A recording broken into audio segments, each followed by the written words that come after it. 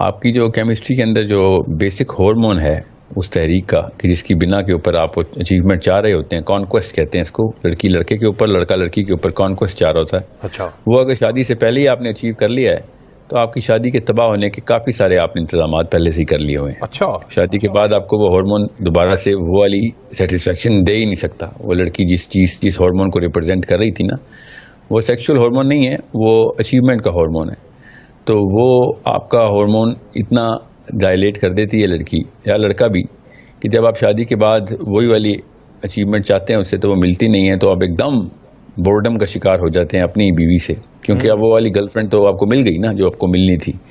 तो उसके बाद होता यह है कि जिस बंदे की भी पहले से गर्लफ्रेंड्स होती हैं, वो जब शादी करता है तो एक बीवी उतनी डोपामीन, इस हार्मोन का नाम है डोपामीन, रिलीज ही नहीं करवा सकती आपके दिमाग में, जहन में, दिमाग में। तो वो फिर एक्स्ट्रा मैरिटल अफेयर की तरफ जाएगा ही जाएगा, बिकॉज उसको फिर दूसरी चाहिए होगी ताकि वो वाली डोपामीन जो नशा है ना, बस वो नशा पूरा कर सके।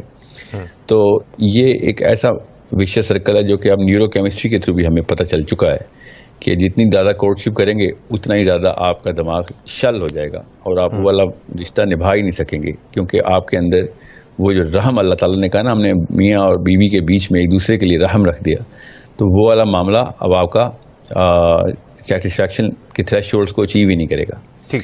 तो ये इतना बड़ा मसला हो जाएगा कि अब आप फिर शादी के बाद तलाक ही की बहाने ढूंढा करेंगे, क्योंकि तलाक तो मजबूरन लेनी पड़ेगी लड़की को या लड़के को, क्योंकि अब वो सेटिस्फैक्शन दे ही नहीं रही, अब वो तहरीक हो ही नहीं रही उस दिमाग में कि जो रोज़ मैं अपनी बीवी के साथ या शौहर के साथ इस रिश्ते को आगे से आगे की तरफ लेके जाऊं, क्योंकि मैं तो उतना ही हूँ, मेरे तरफ से आने वाली डोपामीन उतनी ही है जितनी पहले थी।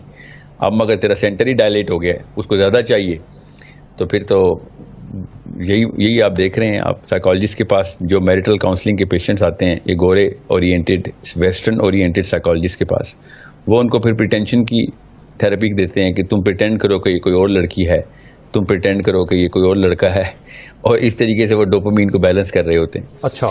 तो ये मामला बहुत ही डीप लेवल पे चला जाता है अगर आप इसकी हार्मोनल थेरेपी को रिवर्स इंजीनियर करके देखें तो हर एंगल से देखें तो ये कोर्टशिप जो है ना, ये एक शिद्दत की बीमारी है जो कि आपके इस डोमेस्टिक हाउस होल्ड, इस इंस्टीट्यूट को तोड़ देगी। और ये टूट गया एक दफ़ा तो नबी अस्सलाम ने कहा अगर हया चली गई तो फिर जो मर्जी करो, ठीक। आप फिर हवानियत ही बाहर आएगी।